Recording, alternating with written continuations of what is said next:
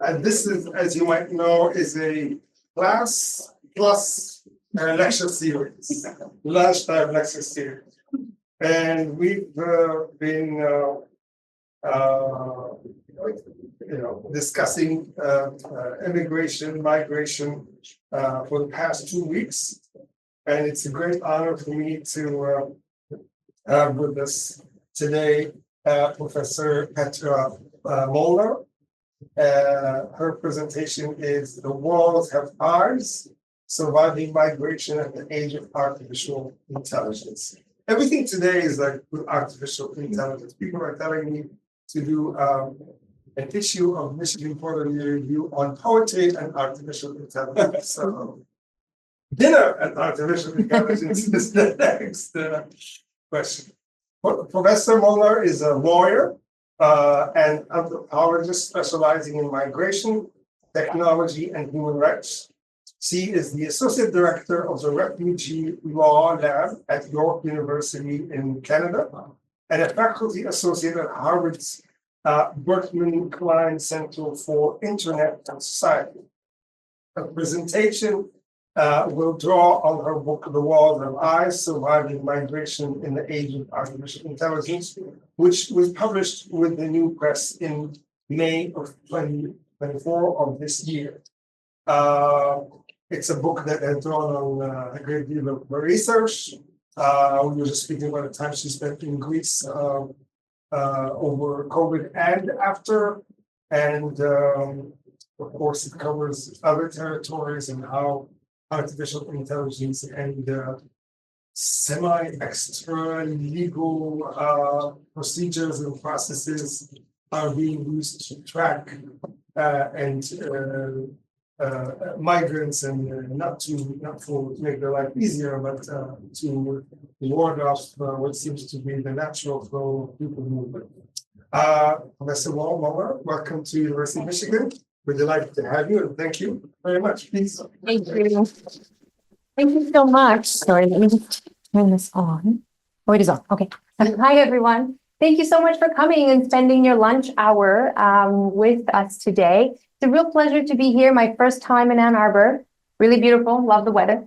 And I hope that our time together won't be too depressing. I promise that I will end on a lighter note, and I hope also that we can have more of a conversation rather than, just a lecture of sorts. But I do want to share with you some ideas that have arisen for me out of basically 6 years worth of work that culminated in the book, The Walls of Eyes. And it's been really wonderful to be able to go around and share this book with people. And I just want to say a huge thank you to the team here for the invitation and organization of this visit. It's been really wonderful. So I am a lawyer and an anthropologist by training. So I kind of toggle between these two hats. And for those of you who are interested in methodology and this kind of interesting way of trying to mush two disciplines together, we can talk about that maybe more in the discussion. But for me, what I've been trying to understand over the last 6 years is the impact of surveillance technologies on people crossing borders. And I've been really lucky because through the kind of funding and the support that I have had, I've been able to take a comparative approach. And I've gone to many different places where technology is being tested out on people on the move, from occupied Palestinian territories to Greece, to Kenya and the Somalia border, to the US-Mexico border, and a few other spaces too. To again, try and draw together all of these disparate examples into a kind of broader study of, again, how technology is impacting people on the move. But I do want to just talk a little bit about positionality, or what brought me to this work. I guess maybe that's my anthropologist hat. I myself have my own migration story.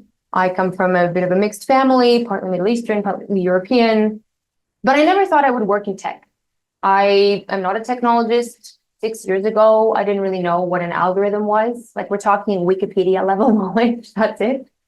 And I was working as a practicing lawyer in Canada, representing people in court, largely in immigration detention or with gender-based violence claims and more perhaps kind of traditional topics in migration. But Back in 2017, 2018, my colleague Lex Gill, who was at the Citizen Lab at the University of Toronto, and I came across some really troubling documents that showed that the Canadian government was using artificial intelligence and automated decision-making to triage a variety of immigration applications without public knowledge or scrutiny or seemingly much analysis about the human rights impacts of this. So we wrote a report about it called Bots at the Gate, and I kind of thought that would be it. But this little report got quite a lot of attention. No one was more surprised than me. And then I really quickly had to learn more about tech. But ultimately, and as I hope to show you through our time together today, for me, technology really is more a lens through which to understand power and power differentiation in this system of oppression that basically hurts people on the move. So the tech is important, but it's perhaps a gloss on it. And I wanted to start there because I know that sometimes tech critique or even understanding technology can be really intimidating for people who are not in the tech sector, who are social scientists or lawyers or poets. But I think it's important to bring different perspectives to this conversation, precisely as we see more and more technology enter the mix and impact the way that people on the move are experiencing migration. A little bit about methodology too.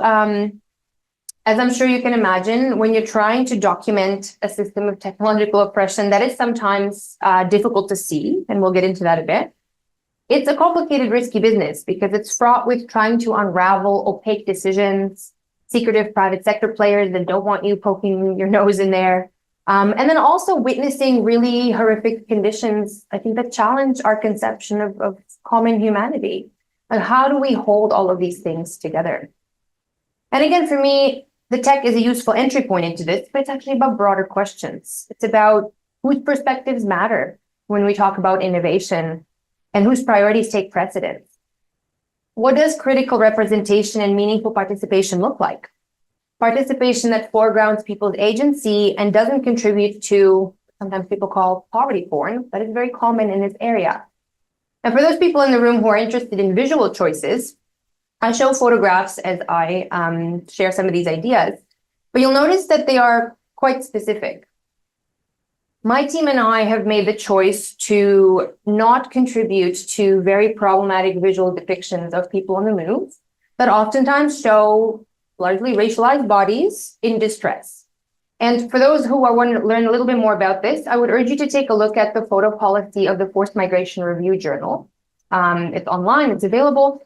And we've learned a lot from them and have adapted it to our own lab, where we essentially don't want to perpetuate these images that are so common, right? You see this on UN reports, even academic texts. Oftentimes it's a brown or black woman with a child in distress slapped on a cover, frozen in time in the worst possible moment of a person. So instead, I take a lot of photos of infrastructure, sometimes with border guards. And we do actually also directly work with people on the move as colleagues in a horizontal way, which I will get to at the end of our presentation. And also, I am a lawyer, but I'm a reluctant lawyer. So I always also like to ask, what are we doing with the human rights framing as a project? And while it's a useful scaffolding on which to try and pin responsibility in this space where there's not a lot of law, what do these framings also obfuscate? And what are some of the silences? What are we forgetting about when we talk about human rights and this kind of focus on the individual versus the community level? So for me, in order to try and tell this global story of power and violence, and also innovation and contestation, this sometimes uneasy but helpful coming together of law and anthropology has been useful. It's been a slow and a trauma-centered ethnographic methodology, one which has required years of being present in spaces to try and get at some of the complexities that make up why people move.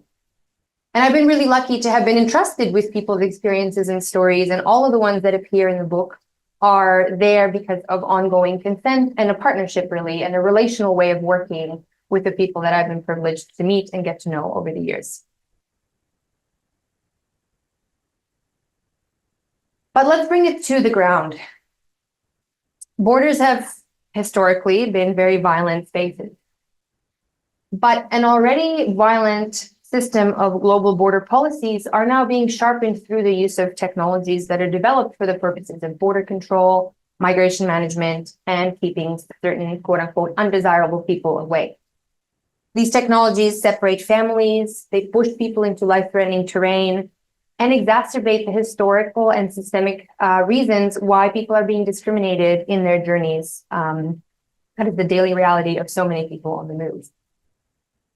But they are also a testing ground for new technologies, new experimental projects, because borders are spaces where regulation is deliberately limited, right? They are these kind of opaque frontier zones where there is this anything goes attitude that informs how technologies are developed and deployed and what is normalized, often at the expense of people's lives.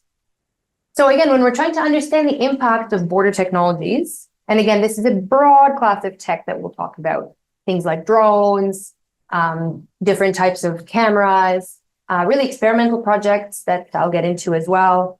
It's always important to consider the broader ecosystem in which these technologies are developing, because this is an ecosystem that's replete with the criminalization of movement, of anti-migrant sentiment, historical racism and discrimination, and increasingly violent practices at the border. And now, essentially, every single point of a person's migration journey is impacted by some sort of technology. But let's bring it to a real-world example. So the US-Mexico corridor is one where much technological experimentation happens.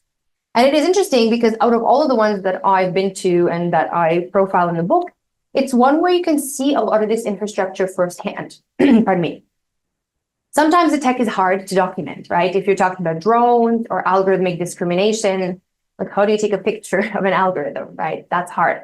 But at the US-Mexico border, you can actually see a lot of this infrastructure firsthand. You can drive up to it, you can look at it. This, for example, is an AI tower. There's about 50 of them that dot the Sonora Desert.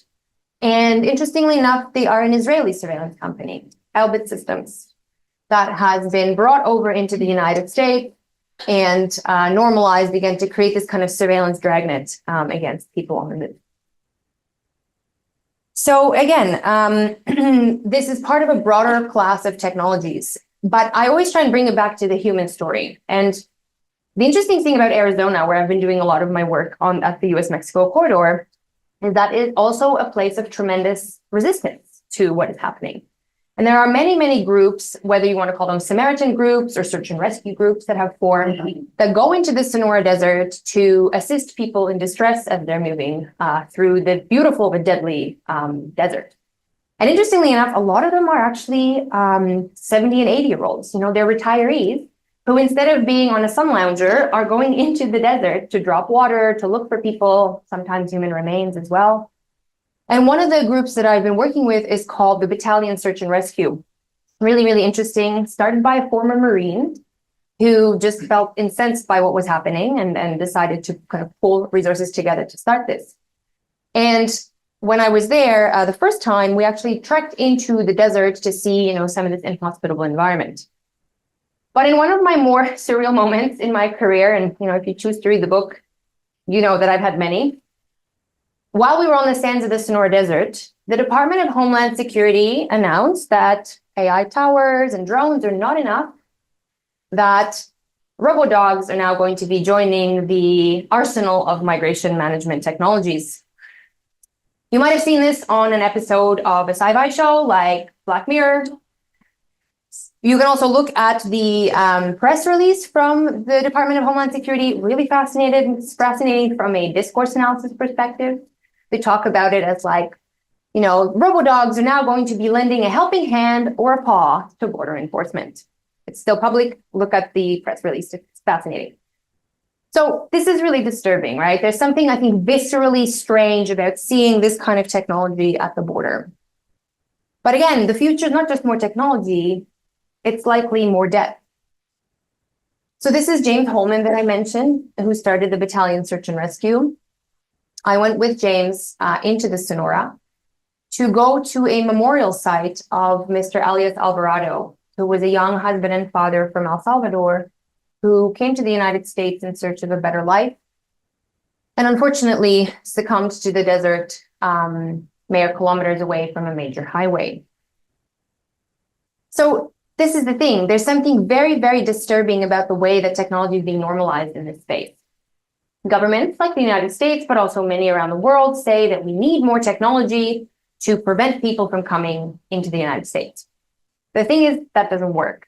What it does instead is it disaggregates the border from its physical location, expands it horizontally and vertically into the sky, and actually forces people to take more threatening routes to try and avoid detection, leading to nearly a tripling of deaths since the introduction of smart border technology at the US-Mexico border.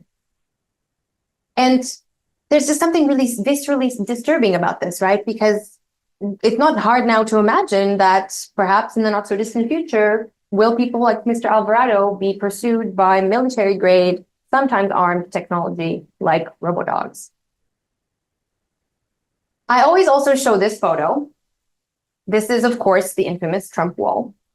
It bisects the United States and Mexico and runs along the El Camino del Diablo, the Devil's Highway there. And again, you can drive up to it, you can touch it. Its rust will stain your hand for the rest of the day, kind of as a physical reminder of its violence. But it also ends. And you can climb that little hill there and pop your head over to the other side. That's not a good reminder of the arbitrariness of bordering. I don't know what is. The next photo is a little bit difficult to look at, but I think it's an important one. So I found myself in Greece, and as a true ethnographer, I thought, I would stay for a few months, and I stayed for nearly 3 years.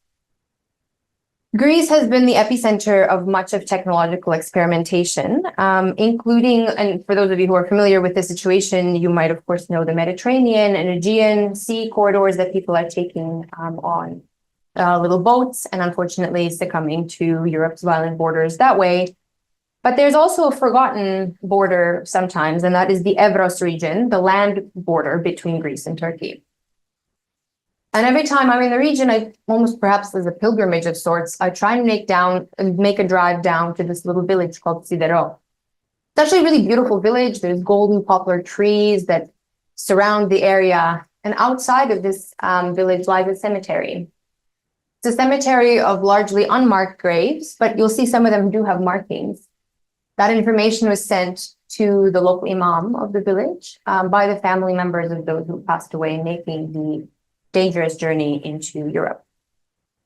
And last time I was there was a relatively fresh grave of a young woman from Syria. She was born in 1993, and there were still yellow roses on her grave, perhaps as an act of recognition or an act of care, maybe by the villagers. And I was kind of kneeling down, paying my respects when something caught my eye, something green and putrid. These 3 holes kind of chewed out of the earth, 3 graves waiting. I think it's important to look at this photo because this is the experimental region where technology is being introduced. We're talking about drones, aerostat machines, a border wall that's being expanded with so much surveillance, and then also being copied at the Polish-Belarusian border, for example. Technology travels. Even at one point, there was a long-range acoustic device introduced, essentially a sound cannon, to try and prevent people from entering European territory by emitting a piercing shriek to prevent people from coming and getting closer. All the while, people continue to die. The last kind of set of technologies, so to speak, that I just want to briefly introduce are carceral type technologies. This is a refugee camp. This is on the island of Kos, one of the so-called hotspots along the Aegean corridor between Greece and Turkey, the European Union and the rest of the world, that have become, again, these kind of zones of technological experimentation. They are also sites of very expensive European-funded projects like this camp, but also like the project called robo-border. By the way, I love the names of these projects. I think there's a paper waiting to be written there on the nomenclature of who gets to name them. So robo-border, for example, and you can look this up, it's still live, is a Horizon 2020 funded project, which is a massive research scheme in the European Union that, I hope I get the quotation right, it will bring unmanned mobile robots, including aerial, underwater, and ground vehicles to the island of Kos for the purposes of border control. But I would urge you to think about where even a fraction of this money would be better spent rather than on surveillance technology. Samos Island is yet another of these islands that I've been going to many, many times because on the island of Samos is where the first camp like this opened. And I spent quite a lot of time there with people who were essentially facing a forcible transfer into one of these high-tech camps. Camps that are replete with biometric technology, NATO-grade barbed wire, drones. Even at one point, there was an announcement that border guards would wear virtual reality glasses to augment their reality. I'm not really sure for what. With all this data being beamed to a control center in Athens. And I spent quite a lot of time with Asma, who was a young mom with a little daughter there, who was again facing a transfer into one of these camps. They're also geographically segregated. They're really far away from major urban centers. It takes a really long time to walk, sometimes hours in the scorching grease heat, to go see your lawyer, to get any kind of psychosocial support, maybe to even buy an ice cream for your child. And it's not surprising that Asma would say, if we go there, we will go crazy. For me, the thing about the Samos camp in particular that stayed with me, though, is again, it is this epicenter of tech. You know, we have biometrics, drones, barbed wire, massive infrastructure, but the camp didn't have running water 2 weeks before opening. Clearly a set of priorities at play there. I should also mention, though, now that a few years have gone by, because the Samos camp opened in the fall of 2021, and I was just recently on Samos at the beginning of August to kind of check out what's been happening, it is not totally clear what exactly the technologies are doing or whether they even work as intended, because there is this kind of gap between the staff that gets created around these high-risk, high-tech projects and then what they're actually doing in practice. It's important to pay attention to that gap, because to me, that also highlights how much of a performance this really is. This kind of leaning in on technology as a way for states to be able to say, see, we are doing the most innovative thing in border enforcement and border control. So I want to broaden out the discussion now a little bit and just touch on a few human rights impacts for any legal eagles in the room. We could, of course, spend an entire seminar on just this. But really, I try and take a holistic approach to analyzing the human rights issues here at play, because when we break it down, right, every single right is impacted. Whether you're looking at, for example, freedom of association, religion, and expression, when we know that states are collecting information and making risk profiles based on people's activity online, which mosque they go to, who they associate with, what music they listen to. Freedom of movement, obviously, impacted as well, including the non-refoulement principle, which is a foundational principle of international refugee law that posits that you're not allowed to remove somebody from your territory to a place where they would be likely facing persecution. Literally the bedrock of refugee law, right? But that is being weakened through operations like pushbacks, deaths at the border, and the like. And of course, life, liberty, and security of the person as well. We've now seen that technologies for border enforcement can not only incarcerate people, but also lead to loss of life. But I want to just quickly focus on two areas: privacy rights and data protection, and equality and freedom from discrimination. Privacy rights and data protection, really important area here, because this must be thought of contextually, right? When you are dealing with a population that has a certain set of vulnerabilities and very sensitive data, it is shocking to me that there aren't really stronger protections for personal data. Direct example from real life. A few years ago, there's a big scandal because the United Nations High Commissioner for Refugees, big international organization, right, that is involved in a lot of migration management in spaces of humanitarian emergency. The UNHCR collected personal data from Rohingya refugees who were escaping Myanmar and ended up in Bangladesh. They collected all this personal information, and then inadvertently, they say, they shared it with the Myanmar government, the very government that the refugees were escaping from in the first place. How can this happen? Again, important to pay attention to the actor too, because this is an international organization, which is even more difficult to regulate than a state or a private sector actor. They're this kind of third actor that floats around. And unfortunately, all we really have are internal documents for data protection or human rights impact assessments that these organizations sign up to. It also makes me think of this growth of biometric data that is so common now in spaces of refuge. For example, in Azraq camp, which is in North Jordan, where a lot of Syrian refugees ended up, biometric iris scanning has been in use for many years now. And oftentimes it's presented as a way to make humanitarian disbursement more efficient, which sounds like a worthy goal, right? But how do people actually feel about this? And when you spend time talking with people on the move, there are some trends that emerge. People start reflecting on the fact that it doesn't really feel like a choice to have your irises scanned. And what does that do to our kind of conception of free and informed consent? If you don't scan your irises, you don't eat that week. That's not really free and informed consent. I mean, what would happen if they rolled that out, right, at like your local Walgreens or CVS? People would be up in arms if we had to get our irises scanned to shop or to get access to services. And yet somehow it's okay for this to happen in a zone of a humanitarian emergency. The other set of rights I just want to briefly touch on are equality and freedom from discrimination. We know that technology is a social construct, right? Like law, like policy, like language. It is not something that is objective, but it is in fact impacted by the world that we live in. And our world is a world full of power differentials, of discrimination, of racism. We know that technologies such as facial recognition are very, very bad at dealing with people who are darker skinned, for example. But there's also perhaps more nuanced ways that this plays out. And I want to bring in an example called eye border control. Another fascinating name, right? We have the iPhone, the iPad, and now we have eye border control. This was once again a Horizon 2020 research project. And I'll get to why this is important in a second. And it essentially, for lack of a better word, is an AI lie detector. It's a project that purports to be able to discern whether somebody is more likely than not to be telling the truth based on facial recognition and micro-expression analysis. So I'll put my lawyer hat on just for a second. First of all, we know that traditional lie detectors, the ones that go like this, that you see on CSI, often they're not even admissible in a court of law as evidence, right? So why are we developing AI lie detectors? However, also from a refugee law perspective, how can an AI lie detector deal with differences in cross-cultural communication, for example?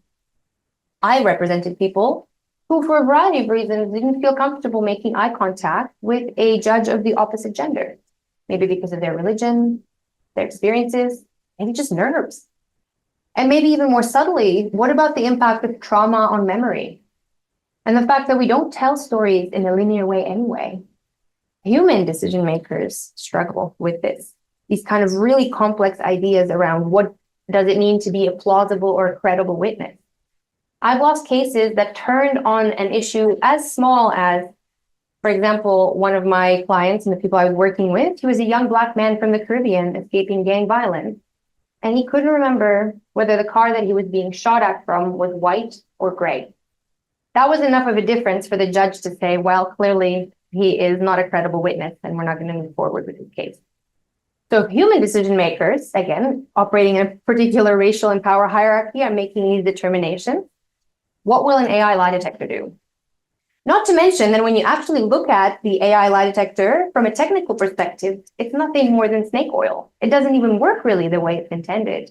And yet massive amounts of money are being funneled into projects like this. And I've skirted around this issue, but I think it's important to also talk about academia. We are in a university together. Academia is a major actor in normalizing a lot of this tech as well. There was a UK university involved in the eye border control project. And I spoke with some of the engineers who were kind of clutching their pearls and said, oh, we didn't think about these impacts. Did you talk to a single refugee lawyer or a refugee before designing this project? No, because it's a pilot project, right? It's for the good of science. So again, academia legitimizes a lot of the kind of power structures in this space as well. And we really need to pay attention to who gets money and who gets funding in this space as well. But I want to spend the last little bit of my presentation on some of these broader kind of questions, right? Because ultimately, again, the tech is a lens through which to try and understand this broader ecosystem in which we are operating.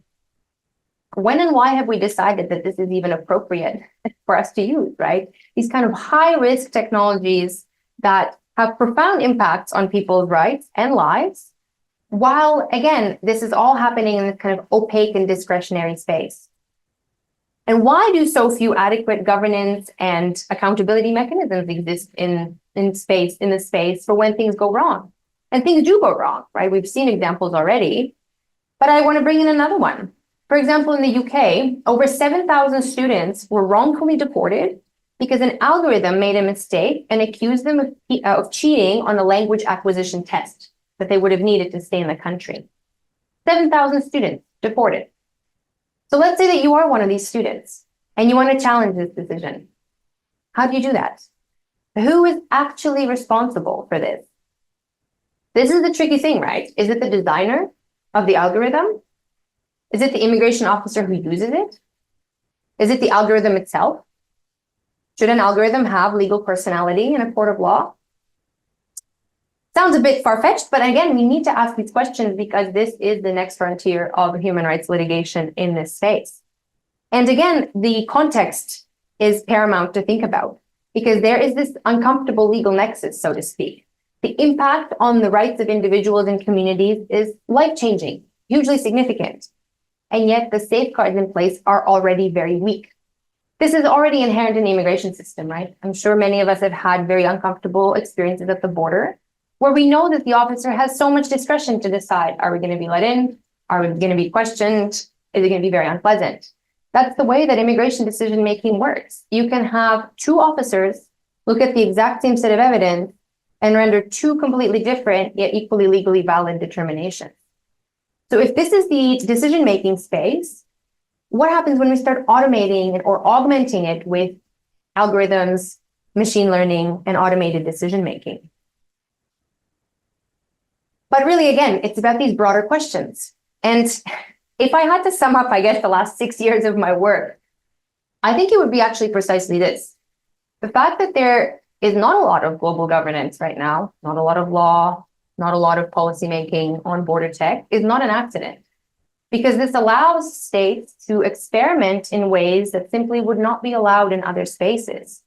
And even the laws that have been put on the books, for example, the European Union recently ratified its long-awaited AI Act. Took years and years for this to come together. And, to be totally fair, it's very hard to write a law that encompasses something as amorphous and huge as artificial intelligence. But again, the AI Act does not go anywhere close enough to putting some real guardrails in place for some of the highest risk technologies, whether that's border tech, whether that is predictive policing, welfare algorithms, or similar types of technologies that harm real people who have historically been marginalized. So again, not an accident. And one of the logics that underpins this, right, is because people on the move, refugees, displaced people, people who are crossing borders, have historically been thought of as a threat, right? The ultimate abject other to be controlled. And these logics really animate what is innovating on, or what we are innovating on, and why. Because people on the move are meant to be trackable, intelligible, and knowable, right? Especially by the West, United States, Canada, European Union, trying to prevent people who are so-called undesirables from coming into the territory. Even the whole idea of migration management implies that refugees and people on the move must be managed, that they are somehow this threat to sovereignty, to safety, and presented as in opposition to the rest of the population. So what is this kind of spectacle really doing, right? This kind of anxiety that has grown up around migration, how is that normalizing these increasing incursions that are more and more technological? I think this is also where the private sector comes into this. And I've talked a little bit around this, but I really want to zero in on the private sector. It's very clear that companies are playing a major role in the normalization of tech. And why is that? Well, because it's very lucrative. We're talking about a border industrial complex that is now estimated to be around $70 billion.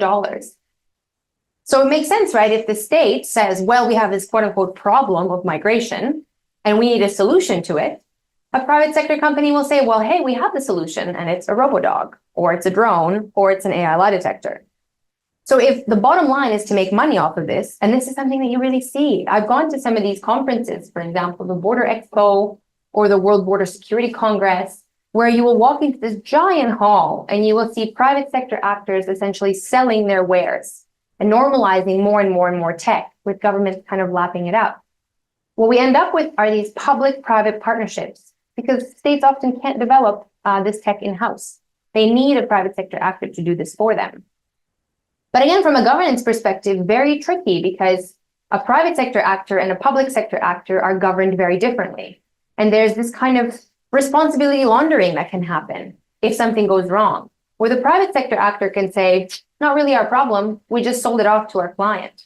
And the public sector actor can say, well, but actually we didn't develop this, so it's not our problem either. And so the rights holder kind of falls in the middle, right? And this is such an important piece to all of this kind of following the money thread, so to speak, because again, it shows, at least to me, how normalized tech has become, how it has become just basically the idea that somehow robo-dogs and drones and AI lie detectors are okay, right? How have we come to this point? Well, again, it's because there is this kind of hubris of big tech, thinking that they have the solution to a really complex societal issue. This techno-solutionism really is so inherent in all of it. I mean, why are we creating robo-dogs and AI lie detectors when we could be using AI to root out racist border guards or to audit immigration decision makers? There's a clear normalization of pointing the technology towards marginalized communities instead of actually using it perhaps as a way to try and level some of the power differentials that are in this space. So I think you're getting the sense that I at least think migration and borders are a really fascinating case study in all of this. And I do stand by that. I think they are spaces, again, where opacity reigns supreme, where there's so much innovation without public scrutiny and accountability, and we need to keep that contextual specificity there. However, this tech doesn't just stay at the border. So a year after the Department of Homeland Security announced that robo-dogs are going to be at the border, the New York City Police Department proudly announced that a fleet of robo-dogs are going to be, quote unquote, keeping New York safe on TikTok. One even painted white with black spots on it like a Dalmatian. So, we must care about the border and migration in and of itself, but it doesn't just stay there, right? This technology becomes normalized in sports stadiums, different types of biometric mass surveillance in public spaces, and robo-dogs, sometimes used for legitimate purposes, like, in situations where there's fire or there's a building collapse or anything like that. But again, it's very important to query and question, how have we come to this point without even having a societal conversation about whether or not we're okay with robo-dogs on our streets? So this is all really depressing, or can be, but I don't want to leave it there. I do actually just want to spend a few minutes on a little bit more of a forward-looking section of my work, and that is querying how we can be doing things differently. And I do want to point to our project that we're running called the Migration and Technology Monitor, which we started with Professor Tendai Achiume and I back in 2020. She was then the UN Rapporteur on Discrimination. And at first it was going to be an archive and a platform to hold some of this work on border surveillance, but it has grown into a community. And last year, we started our first fellowship program for 5 colleagues on the move to do their own work and tell their own stories on border surveillance. So our 5 colleagues, now we actually have 10, we are doing our second year of this fellowship, have been looking at all sorts of facets of border tech. For example, Veronica Martinez and Wael Harsifi, they're both journalists. Veronica is in Mexico, Wael is from Syria. He was for many years undocumented in Malaysia and now is living in Europe. They look more on the kind of sharpest edges of tech, perhaps similar to what I do, looking at, for example, the use of the CBP-1 facial recognition app at the US-Mexico border, which is what Veronica has been doing, or Wael has been looking at the surveillance of people on the move in Asia. But we also have colleagues who are looking at more the kind of positive or empowering sides of technology. Neri Santaella, for example, has been developing chatbot technology for people in Venezuela, where she is from, to be able to gain access to psychosocial support, lawyers, hospitals. Rajendra Paudel, he is a former migrant worker from Nepal who lived for many years under surveillance in the Middle East. He's now back in Nepal, has become a social media influencer, and is teaching his community about the impacts of surveillance. And Simon Drotti is a data analyst and a refugee currently living in Uganda. He created a really beautiful project called the Memory Scroll, which is essentially an online psychosocial archive for his community to act as a record-keeping space for people on the move. And yeah, this year we invited 5 other colleagues to join us. We have a colleague from Palestine, we have a colleague in South Africa, 2 from Sudan, and 1 in Mexico, again, developing other projects in this area. So, I know that these projects can seem very small, but to me, actually working in these smaller, quieter, slower ways and supporting people to be able to do the kind of work that they feel is important in the space is also a way to try and level the playing field and level the vast power differentials that are involved in this space, including the power differentials in the development of knowledge and who counts as an expert on this, right? To me, it is ultimately about the redistribution of resources from academic spaces to directly into communities so that stories from the ground up can be the ones that are informing policy and public debate. So thank you so much for your attention and for coming today. And I hope that we can spend the rest of our time having a conversation. I would really love to hear about what you're working on and if there's anything that specifically resonates from my remarks today. Thank you.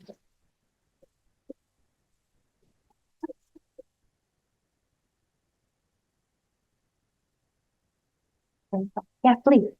I have like a question. Talk about the role of the private sector in the whole situation. Some people say that like the military industrial complex sells wars to the American people so that they can make profit off the wars.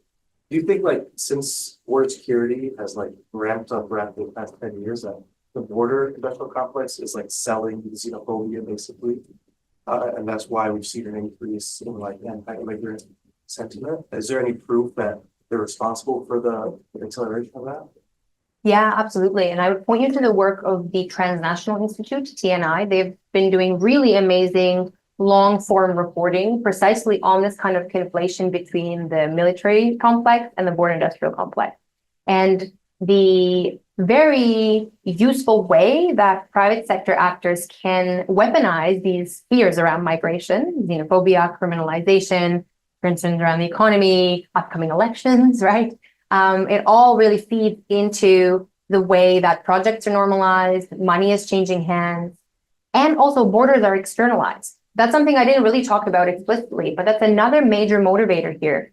When you have the West, United States, Europe, particularly good at this, Canada too, Australia, one of the earlier adopters of border externalization policies.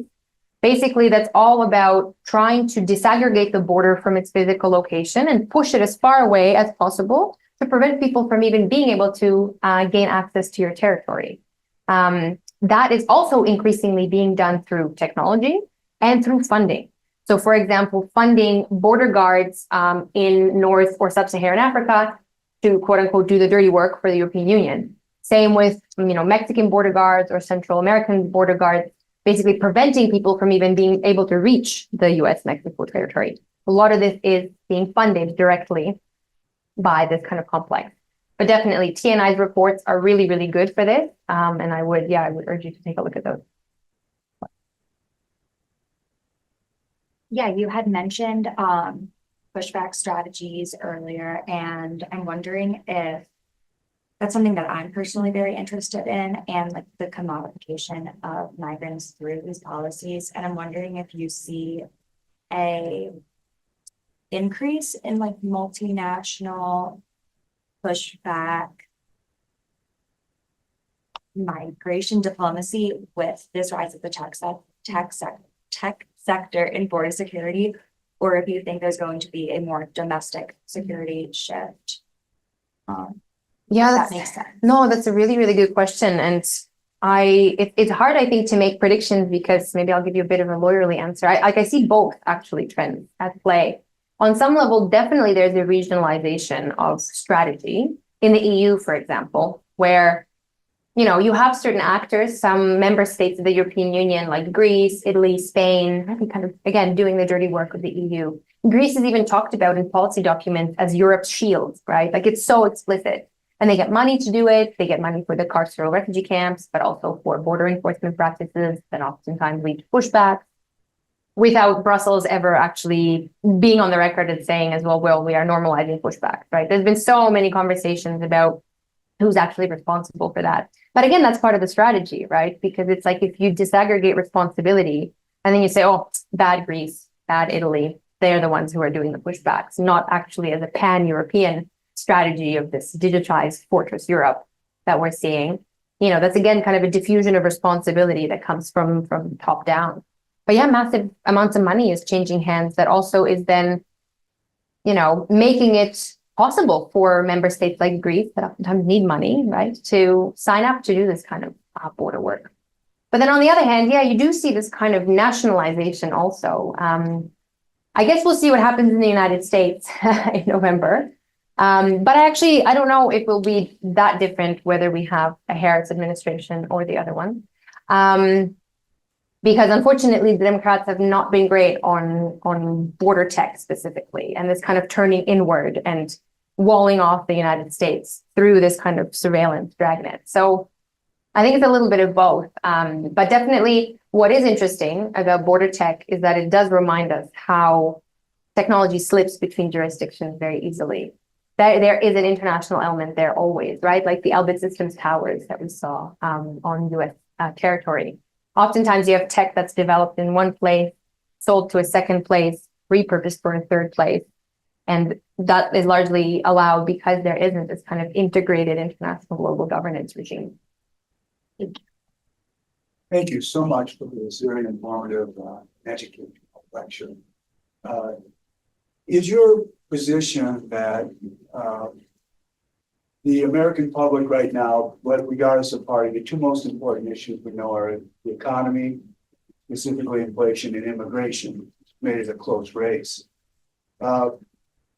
Wouldn't a solution based on everything that you said today from your point of view be that we need to hire more lawyers who want to help your cause by protecting freedoms of people who are desperately trying to get into this country and other countries, and do their best to make sure whether they win or lose and are allowed to stay in a specific country like you or the United States, based on fair rules rather than these draconian corporations who are doing everything they can to prevent someone coming even close to our border. I mean, I think that's definitely a part of the puzzle, so to speak, supporting the system that we have to be more fair, more transparent, more available even for people. And that includes not just legal support, but also psychosocial support, access to doctors, language training,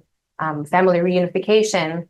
But I think, you know, actually we should go beyond that and also look at, well, how do we assist people, you know, maybe even in terms of the kind of root causes that they are experiencing that force them to migrate in the first place, right?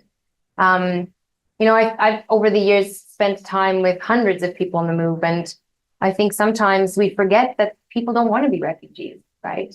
I mean, of course, there's so many complexities that go into human movement. And actually, I mean, I'll speak frankly about this. I don't think there's anything wrong with having economic reasons to want to move also, right? In addition to having maybe real protection needs, right? To me, that's just part of the complexity of being a human being, right? But rather it's about how do we support communities where they are, what they need to prevent maybe this increased rise in forced migration that we're going to be seeing. Also environmentally, right? We didn't really even talk about environment today, but that's going to be a major, major factor that will compel people to move. And again, largely it is because of Western action in a lot of the places that people are having to flee from. So it does, I think, necessitate a broader conversation like that. Governments, of course, don't really want to have, right? Because we are seeing this turning inward, this kind of, you know, disavowal maybe of international responsibility.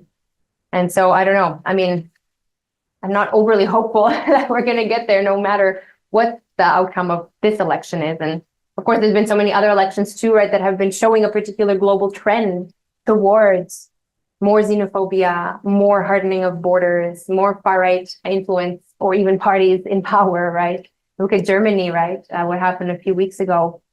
I mean, it's going to be a tricky time. But to me, it's also so short-sighted because we know that people are going to be moving because of environmental reasons.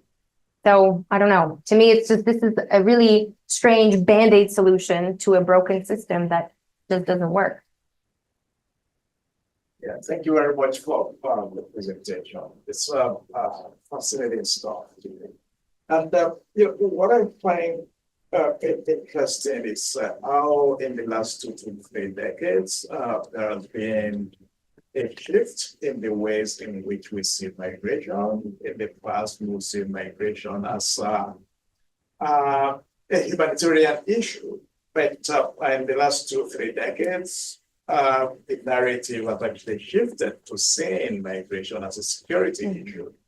And this is something that also became clear in the post 9/11 era when biometrics passports were introduced as one of the first, technological innovation to actually manage migration and also map population of migrants as well as travelers as well. My question is, I want to know whether you are also looking at of course, you already hinted at that. Climate or environment is one of the issues. People don't just migrate because they have to move, but they are moving for a variety of reasons. But the complexity of countries that they migrate to, in how and why they migrate, is oftentimes lost in the narrative of why people migrate. But my question is, the group that you have, the Migration Technology Monitor, are they also thinking about maybe trying to change this narrative and returning the narrative to how we used to see migration, which is it's a humanitarian crisis that we all sympathize with? Yeah, I think that's the hard work, changing narratives and changing the way that we talk and think about the topic of migration, for sure. I mean, it is something that permeates our work at the Migration Tech Monitor, and I know it's also part of broader conversations that are being had in the kind of growing space of border tech, for example. Like, how do we actually talk to policymakers about migration and combat, to use an army term, fight against these narratives, right, that are built on securitization, criminalization, exclusion, abjection. It's very difficult, yeah. But I think that's precisely where the work has to be. And academia needs to be better at that, like finding ways to translate some of the work that we are doing in these spaces in a way that humanizes the issue and doesn't make it off-putting for a broader public to read, but rather something that can actually be interesting and maybe human forward. For me, what's worked sometimes is the human stories. And it's interesting because I'm sure, many of us in the room have professional nemesis. I have one at the the Council of Europe. I won't name names, but she takes great issue with qualitative work. She's always like, this is just storytelling. This is not science. This is not research, I mean, we could have a whole conversation about qualitative versus quantitative methods and all of that. But to me, I always say, well, okay, we can disagree on analysis, but it's hard to disagree with a personal story. And that has actually helped, I think, open up the minds of some policymakers or the public to, again, bring the human back into the way we talk about migration, and the fact that also, I don't know, again, there's this short-sightedness that we were talking about, right? Like how quickly things can change and how many of us have been, on the move or refugees, and how certain regions, right, have also been in displacement. It can happen so fast. And yet people, especially in the West, think that, oh, this will never happen here. I think there's a way that we can tie into it and speak to each other on a human to human level, rather than, this is yet another problem that we have to solve. But it is very hard. It is, because I feel like these days, especially, I'm sure for those of you working on migration, you know this very well, the capacity of audience to care about this seems to be kind of at an all-time low. I don't know whether it's, competing crises, right? COVID, post-COVID, economic issues, environmental issues, rising cost of living, and migration. People are like, oh my God, I can't even think about this.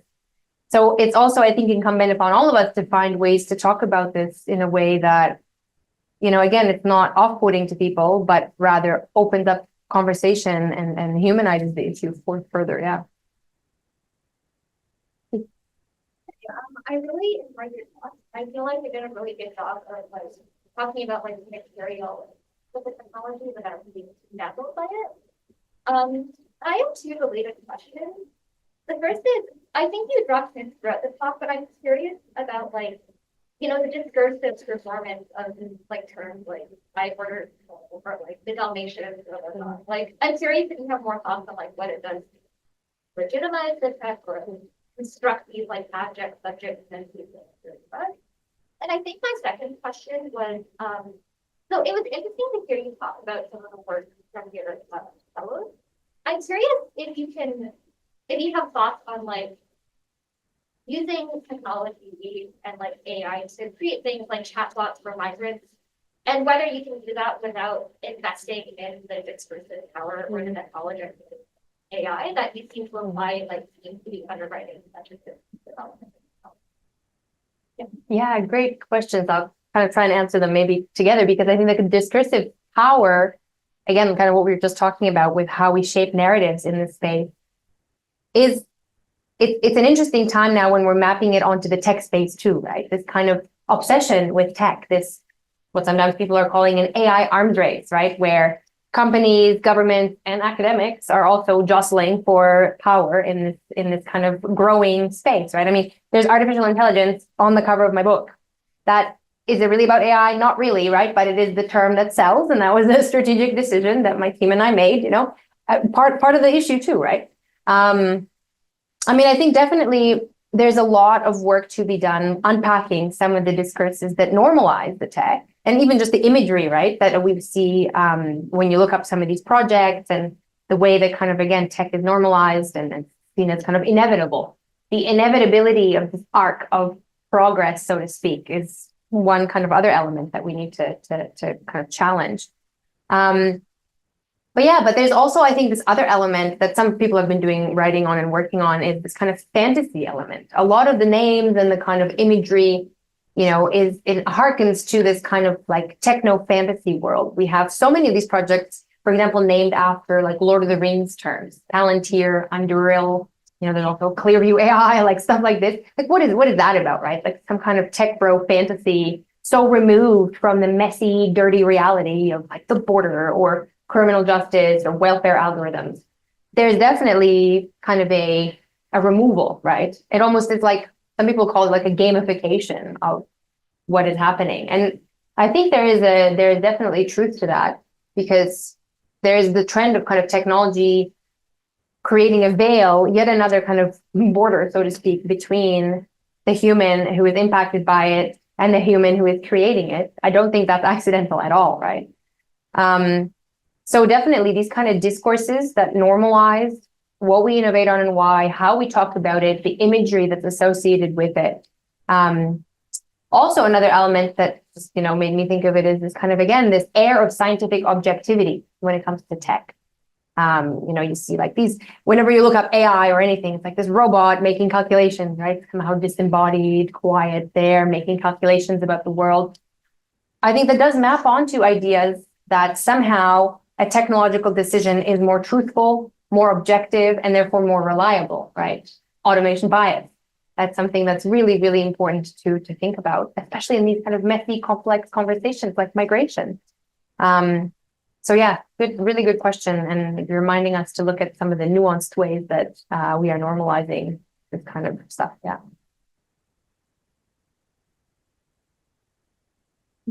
Okay, so I apologize if this question is a bit long-winded and far too specific to this, to your specific field of study, but I work in national security and I specialize in jihadi foreign fighter mobilization, specifically on recruitment, tactics, and propaganda.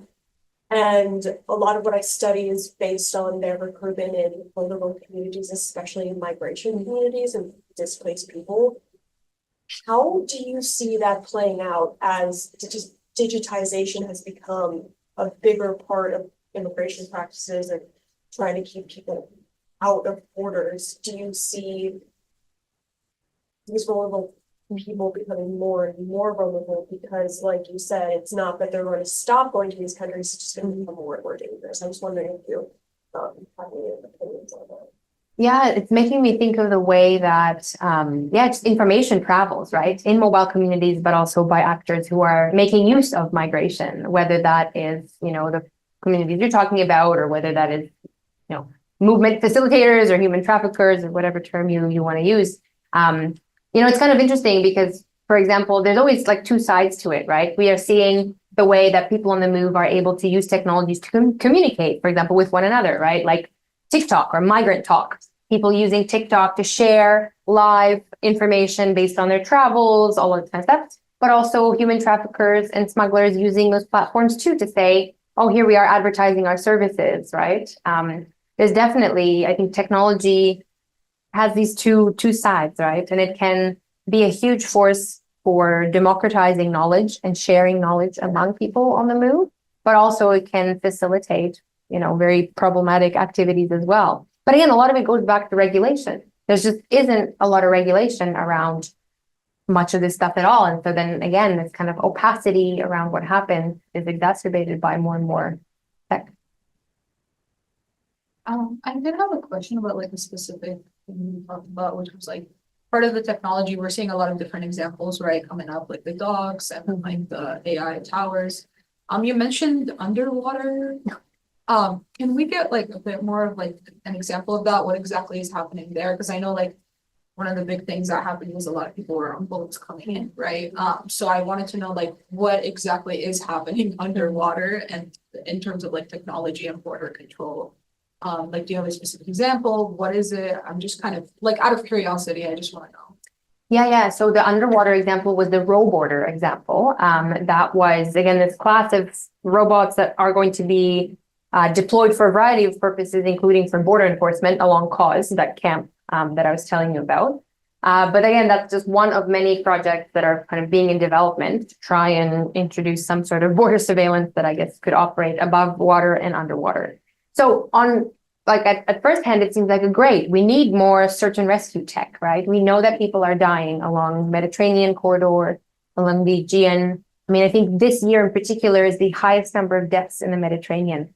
And it was just a little over a year ago that the Pylos disaster happened, where hundreds of people drowned off the coast of Greece. After, again, there are allegations that it was essentially a botched pushback operation.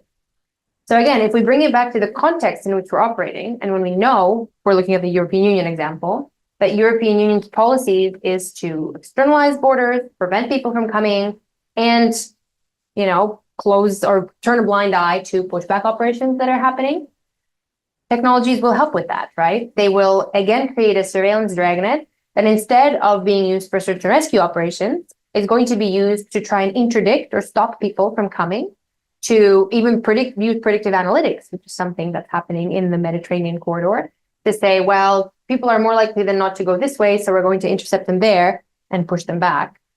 I don't have much hope that they would be used, for example, for search and rescue operations. Although, there are groups that are doing search and rescue that are trying to develop their own tools to be able to assist people on the move. So again, it's this kind of usage of tech, right, that maps onto the particular power hierarchies that are at play and the kind of logics that underpin what happens in these spaces. I mean, of course, we could totally be using underwater robots to assist people who are drowning, but instead, I think the likelihood will be that it's going to be, again, for pushback operations and for border enforcement. So I find this really fascinating, and I'm interested in how border technologies are being used in border conflicts. So whether there are border technologies currently in use during territorial conflicts between non-state actors, and whether there are any policies currently in place to regulate corporations from selling to these non-state actor and actor groups. So in terms of regulation and governance, no.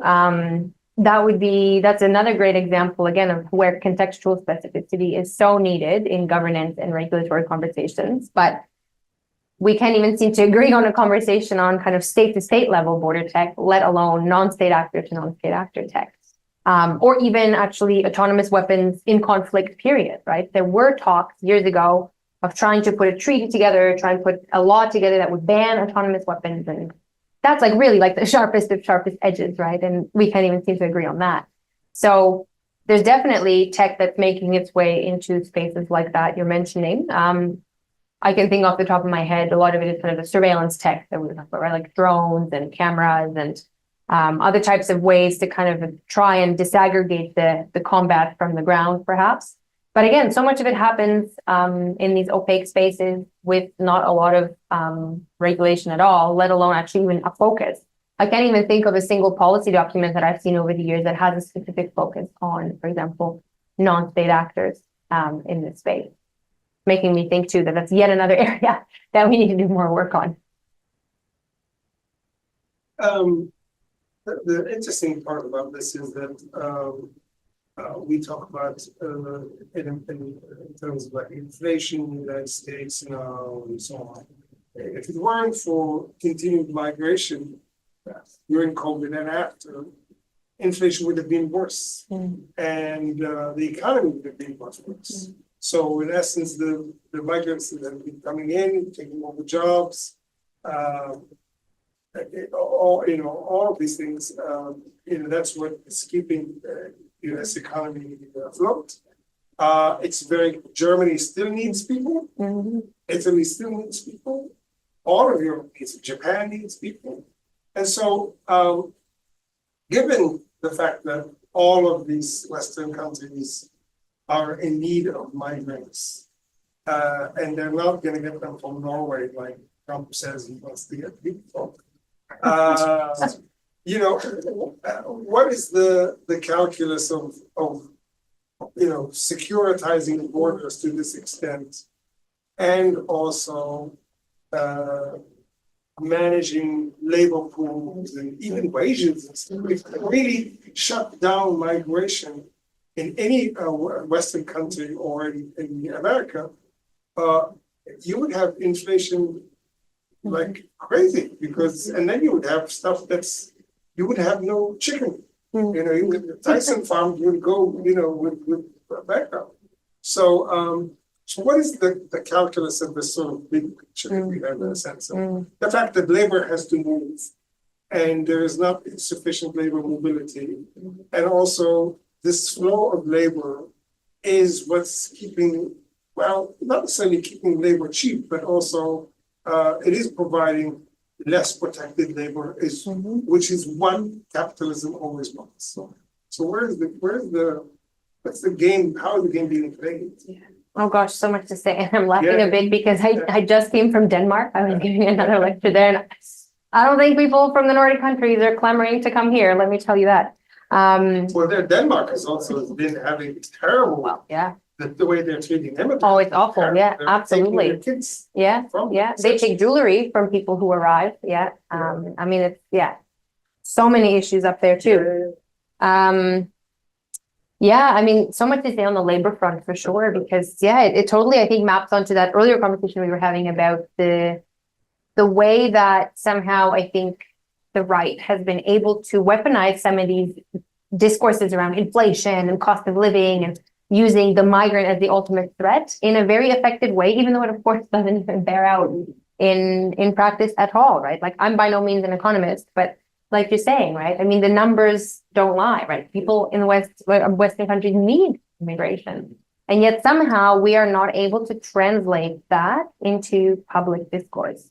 So why? Like, what are we also not doing sufficiently in order to be able to combat this very strong narrative that seems to be the case everywhere in the Western world?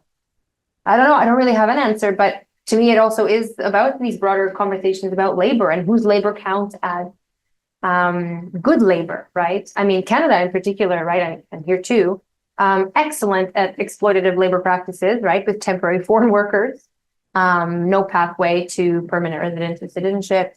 I mean, so much exploitation.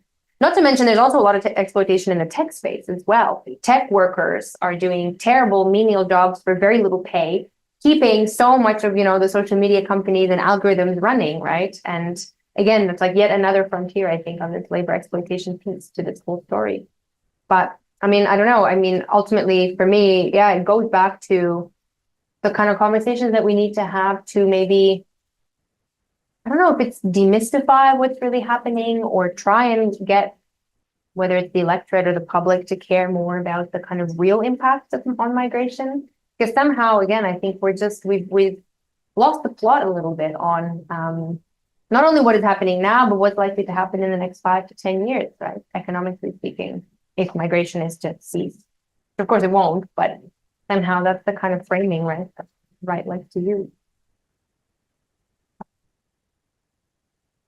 So kind of like building off that, how it is coming from a lot of it from the right, like the anti-immigrants, but also like in the past 4 years, the Democrats have completely flipped their position. You know, they went from wanting to grant migrants amnesty to now Kamala Harris is very anti-immigration, and it just seems like we're going backwards. And I mean, like, I don't know. I wonder the perspective on that. Like, why do you think we're taking steps backwards? Because originally it was the Democrats were against that anti-immigration sentiment, right? But now it seems like they've capitulated for that. Well, I guess because I mean it's politically expedient, right? The Overton window, so to speak, has shifted so far, right? That now, of course, it's like if they want to capture that part of the electorate, they have to be quote unquote hard on migration, right? And to be honest, it's not hard to do when you're in opposition to the Trump administration that was putting babies in cages, right? Like visually speaking, even, right? It's like this powerful kind of in opposition to framing. Of course, but the Democrats, I mean, even under Obama, there's been horrific border practices, right? Deportations, all-time high, foreign interventions, right? I mean, yeah, I think just the Democrats are maybe better able to put a gloss of being pro-migration on the conversation, when in fact it actually isn't the case. And now they're not even hiding it, I think, right? But they are still, again, in opposition to Trump, so somehow they're slightly better, right? Yes, I know, like you talked about this solution to like the borders in the Western countries. And I just want to ask, do you have like any experience about like, and do you know if like it's also being implemented in like Sub-Saharan Africa, maybe with respect to maybe like Somali border? Do you have any experience with that? Yeah, so a colleague of mine and I were at the Kenya-Somalia border 2 years ago. Yeah, two and a bit years ago. But it was interesting because when we were there, originally, the point was to try and look at biometric data collection in refugee camps like Dadaab and Kakuma, which have been around for decades, right? But the United Nations High Commissioner for Refugees decided to not let us go in because sometimes they don't like criticism based on some of the, I think, legitimate issues that we were wanting to raise. And so we went and we're like, well, now what? Like we can't get access.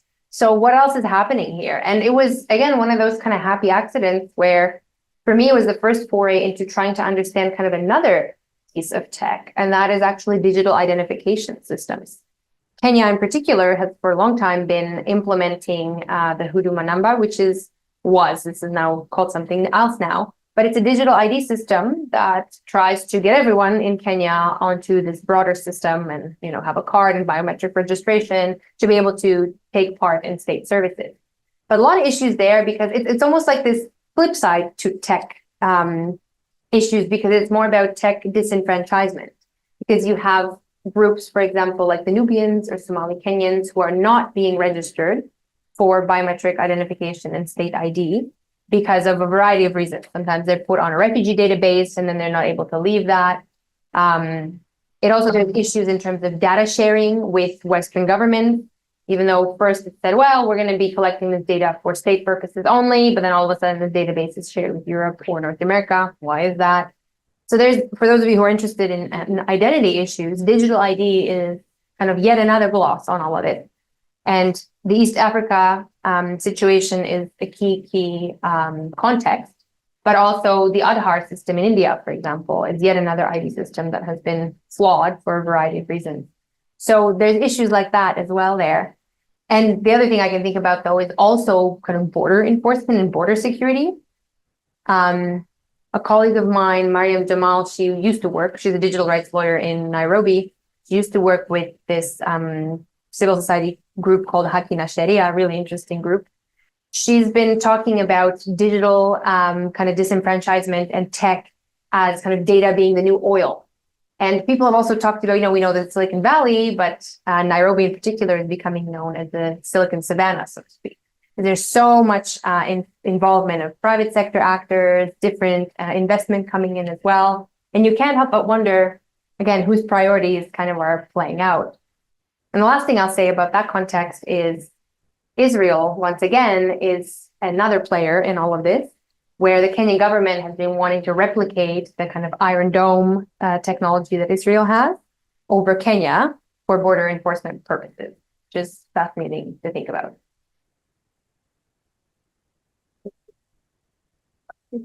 Yeah, I'm happy to keep going. okay, well, please give a big hand to our guests. Thank you so much for coming. Were there any questions online? No. Thanks. And thank you, people online. Thank you. Thank you so much for having me. It You're was a pleasure. welcome. Please keep in touch if you have any questions or anything. Thank you.